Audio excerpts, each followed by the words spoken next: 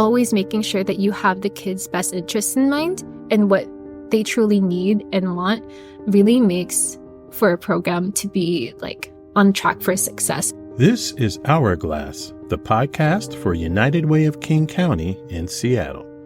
Up next, hear about how the Filipino Community of Seattle spends its time implementing a United Way supported after-school program that teaches youth about their heritage and their culture. I'm your host, Joe Burris. Thanks for tuning in. The Seattle public school system is one of the most racially diverse in Washington state. Not only is the school district majority minority, which means that more than half of its 49,000 students are of color, but those students hail from 159 countries and comprise 150 languages and dialects. Now, with that level of diversity, you would think that students in the district would liken their school environments to multicultural explosions. Yet that isn't always the case. United Way has partnered and funded many community-based organizations throughout King County that support school-age children, and we've discovered that often students of color complain about a disconnect between their culture and their school's curriculum. We believe that cultural offerings in school settings should be rooted in every aspect of a child's education, from what is taught to who is teaching it, so students learn about their history and culture while learning their core subjects.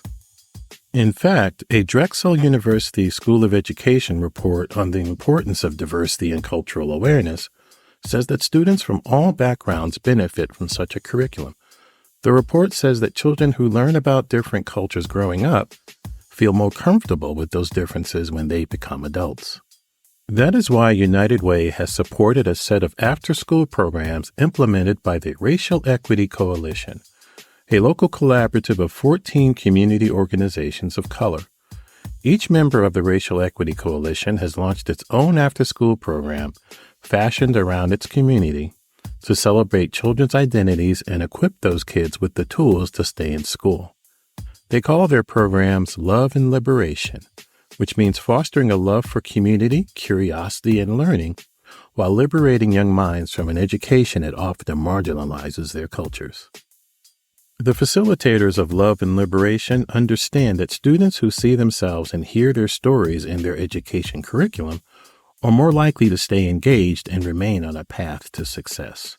Among those 14 members of the Racial Equity Coalition is Filipino Community of Seattle, a nonprofit social service organization that provides basic needs programs, arts and culture programs, and youth development and STEM programs. For more than 80 years, the Filipino Community of Seattle has been a staple of the Seattle area's Filipino community. The group was born during a period of racial strife and segregation, when people of color were barred from owning property in many portions of Seattle, and communities of color turned to each other for support. The Filipino Community of Seattle now welcomes people from all walks of life, regardless of race, color, religion, national origin, ethnicity, sexual orientation, gender identity, age, physical, or mental capability. It provides programs that are accessible and inclusive to all communities and individuals. United Way recently sat down with two members of the Filipino Community of Seattle to chat about its youth development work and its Racial Equity Coalition after-school program. Both staff members were born in the Philippines, but one has been here for most of her life, and the other moved here just a couple of years before the COVID pandemic. Hello, my name is Jane Randolph. I was born in the Philippines, but I lived pretty much my whole life in Washington. Hi, my name is Patricia. I moved here from the Philippines in 2018, so I've been here almost 6 years now. Tell me a little bit about the youth development program. Okay, wow. It's we do quite a variety of things. If I could describe it the best I could, it's a blend of STEAM learning, so it's science, technology, engineering, arts, and math, integrated with cultural learning. So we try to do a lot of our core focuses while adding a bit of culture tidbits here and there. So for example, while we talk about coding and technology, we'll also note down different Filipino or Southeast Asian engineers and coders into that field, just to like introduce these kids to more cultural backgrounds. And alongside with like STEAM and cultural learning, we also do social emotional learning as well. And we've practiced that not just in our lessons, but throughout our whole space as well. So we always try to emphasize with students that it's a safe space and it's for them. Because we personalize a lot of our programming into what they're interested in. So we have different weekly focuses, again, covering those topics. And within those focuses, 3 of the days are focused on that weekly topic. So, for example, technology again. That's going to be Mondays through Wednesdays, working with students K through 12. And Thursdays are specifically cultural days. So those days we will do a lot of cultural learning. So that can range anywhere from like learning the traditional Filipino dances to learning different Filipino recipes and like sharing that with the students. It's really great to do the cooking part because then they share with their families and we get a lot of like parent feedback and they come back to us and they're like, oh my gosh, like we haven't had this since we were kids. It's great to see them reconnecting with their culture. So it's not just the students now, it's their families as well. And then on Friday specifically, we do Tagalog lessons, just the basics for now. So our students have those Fridays to practice like the basic phrases in like Tagalog, and then we integrate that into the classroom. So right now they're practicing how to ask for snacks and like how to greet each other. So oftentimes we'll initiate the conversation by being like, good afternoon or magandang hapon to them, and they'll repeat it back, which is really great because then they start practicing that at home too. And our summer program works pretty much the same way. The only 2 things that we add, which really make the summer program really more engaging and one of the busiest parts of the year for us, is for our weekly topics, we try to pair a field trip per week in the summer. So for example, technology again, we'll often do field trips to Microsoft or like Amazon or Flight Museum, because we believe that aside from classroom learning, students can only learn so much from like just being spoken to or like doing a classroom activity, reading off a PowerPoint. I think that once they're able to engage in their environment as well and be surrounded by what they're learning, they're able to get a hold of that and like grasp that knowledge even more. And alongside that, our favorite part for me especially is we bring in BIPOC guest speakers who work in those fields, really get these students like face to face with people that look like them, come from the same background, who work in these fields. Students are inspired to go into fields that they might have not even like thought about before.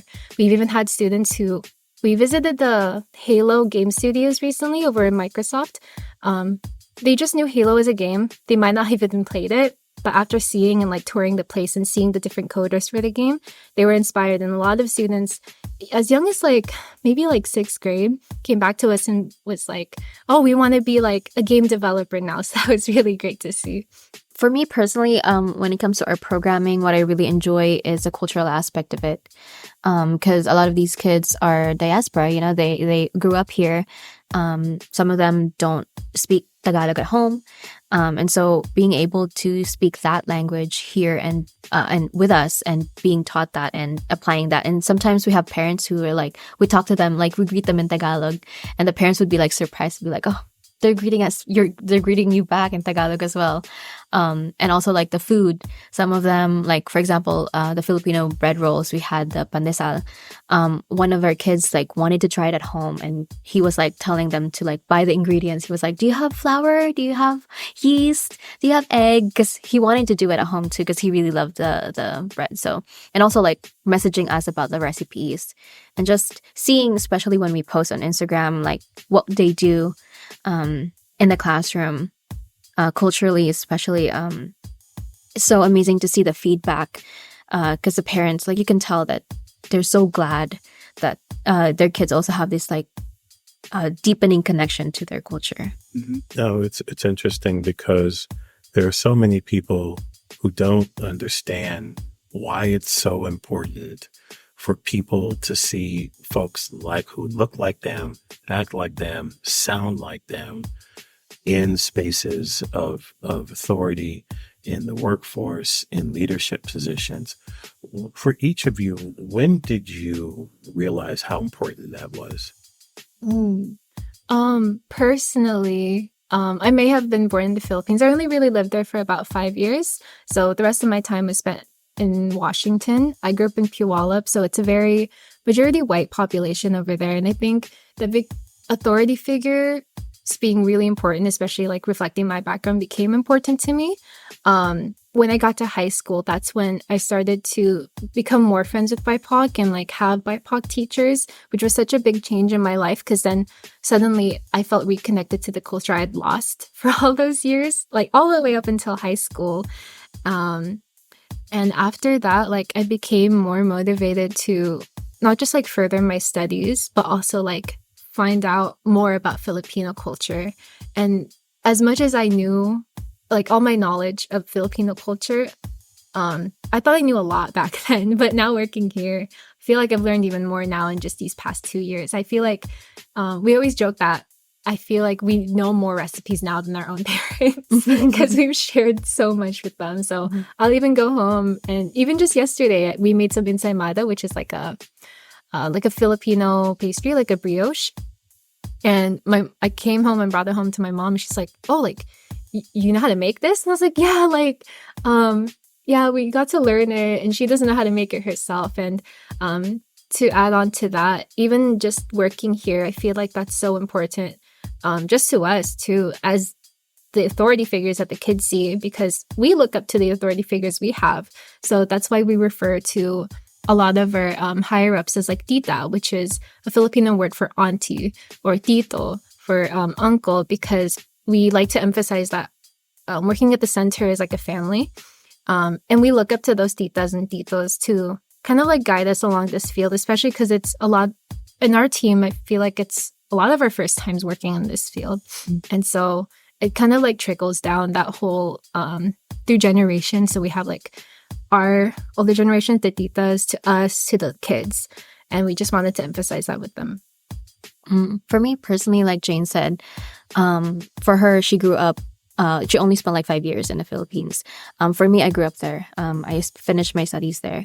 And I would often see on the news how much pride us Filipinos have when it comes to other Filipinos achieving these big things. So to me, like I'm like really entrenched in the culture. And I, in a lot of ways, also develop a lot of pride in seeing fellow Filipinos achieve a lot of really great things, especially out in the world. Because especially a lot of people view the Philippines, or the Philippines right now is seen as a third world country, a developing country. And so to see like how much we can achieve as Filipinos in a global sense has been instilled with me a lot. And so to me, I have a lot of pride in being Filipino, and I know that I view myself and other Filipinos and any individual really as capable of anything. And so I think really the importance of seeing Filipinos as well, and in these like environments that they wouldn't think, like for example, like as a pilot engineer, is very important to these kids that live in a very diverse environment. Because to me, like I said, like I was surrounded by Filipinos. We have a lot of pride in seeing a lot of Filipinos in other countries thrive. Jane and Patricia have built an after-school program that aligns with the tenets of the Racial Equity Coalition's Love and Liberation concept. The program is engaging and youth-centered, and it helps children develop positive cultural identities along with academic, social, and life skills. Looking back at their after-school program's origins, Jane and Patricia admit that while they were eager to create it, they started off with one small problem. So even though I'm the youth program coordinator, this is actually my first time being in like in any type of like after school setting. I think when I was first initially like planning out like the bare bones of this program, I first thought to myself like, okay, like what's my experience in being in an after school program? I think my only experience personally was going through like middle school. I went to like a YMCA, and I know I had a lot of problems there, and like I didn't feel connected with anyone or anything there. I also didn't really have a lot of experience in after-school programs, because in the Philippines, it's not very common. We have clubs, and that's like scheduled like every week, I think. But after school, it's not really like we don't really have it. It's more like if parents want to enroll their kids in like piano lessons or whatever, but that's like outside of it. But that simply meant that their program would be truly original and organic, with a lot of input from youth and the community. Thinking back to how I was as a kid, what were things that I would want in an after-school program? We did a lot of interviews with the kids around us, and we were like, hey, like, what would you like? You know, like, if you were to envision, like, a space for yourself, but also, like, a place of growth, like, what would you want in the program? So we took a lot of their ideas. We got inspiration from the people around us who have this background in this field of work. So they were, like, giving us suggestions on how we could structure our program, and we took that, kind of blended it all together. And our first year, we didn't have too many students. It's pretty much the same structure as we have now, but the only difference is that the topics that we're learning about now is even more tailored to these kids. And as we got more exposed to other organizations and programs, we asked them about how their programs were going, what worked for them, what didn't work for them in every aspect, whether it's be lesson planning or like outreach. We took their advice and kind of integrated it into our program. And so when we're doing the planning for each lesson throughout the year, we plan a year ahead. So we'll plan the after-school program before the school year starts. And then that's the whole school year, by the way. So we already have it all planned out. We try to think back to our notes like that we planned before. And we're like, okay, what worked for us this year and what didn't? What did other organizations say that we think we could be doing too? Like, and how what they're doing different can help us. Doing all those things and constantly striving for growth and like always making sure that you have the kids' best interests in mind and what they truly need and want really makes for a program to be like on track for success, I feel like, which is why like our kids are so consistent, which is why like we always try to make sure that it's accessible for these students. I want to add on, like, one of the main things that we also want to encourage in them is like awareness of the world. Like, they have their own experiences, of course. They have their own traditions and beliefs that is probably very unique to them as a person. And there are other cultures who have different traditions, different beliefs, different food, and to have that respect and awareness that, oh, maybe this person might be, you know, resistant or reluctant to do ABC or to say ABC because of their background. And so, you know, like exposing them to a lot of different cultures and really making them more aware that there are so many like different people around the world, and to be aware of that and to be sensitive to how they can be as because of their background is very, very important to always keep in mind. While teaching youth about their cultural identity, the Filipino Community of Seattle is also open and candid about the realities of living in a county that is increasingly less affordable for low-income residents and people of color. Looking out for one another is also a part of their culture. That's why the organization is currently raising funds for a new building that will contain more than 50 affordable housing units, as well as commercial space on the bottom floors. Already, the organization's Filipino Village contains affordable housing for seniors, as well as its Innovation Learning Center, where youth programs are held. Our program is open to everyone, and it's 100% free. I think those are the two top questions that we get. Yeah, like, is there a fee for the program? It's all free, like down to the snacks, down to the materials. Am I allowed to be there if I'm not Filipino? Yes, absolutely. We encourage it. We post to like all the schools, all the neighborhoods. We table at different events, and we're open to everyone. A lot of our favorite programmings that we have that happen like yearly for the youth program, we have our graduation celebration. It's basically a big event, right? A few weeks up to a week before everyone else's through every grade's graduation starts, just so we make sure everyone can attend.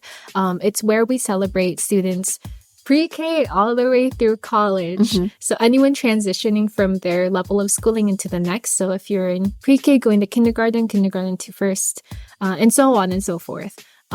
We do almost like a graduation ceremony for them. So we'll call out the grade levels, students from those each grade levels, and they'll all get like something. And it'll start from like a flower lay in the certificate when you're in pre-K.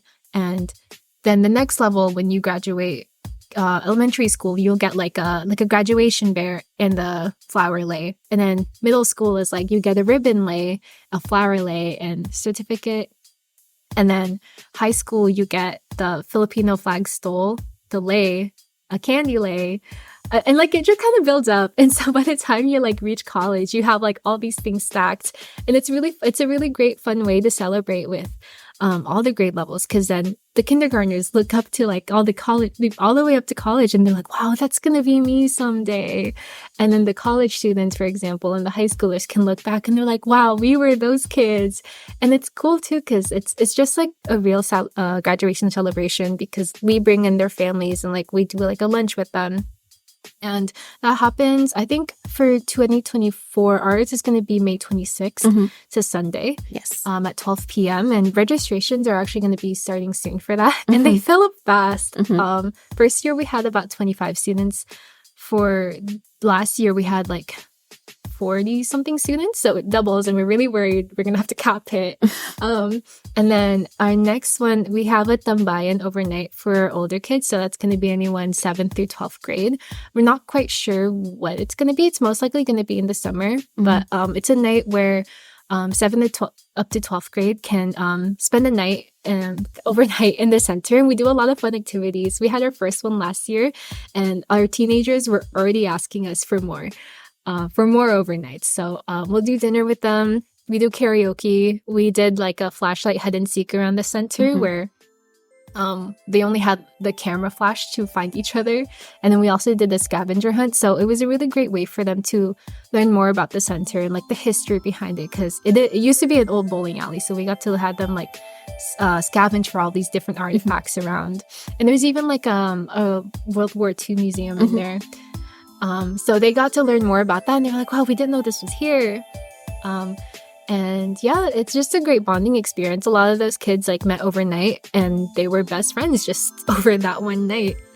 For more information about the Filipino Community of Seattle, log on to filcommsea.org. That's FILCOMMSEA.org.